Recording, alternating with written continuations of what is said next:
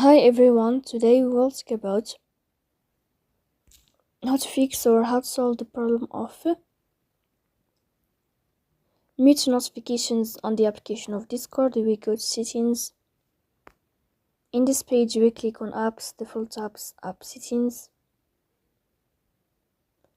In this page you will search about Discord app and we click here.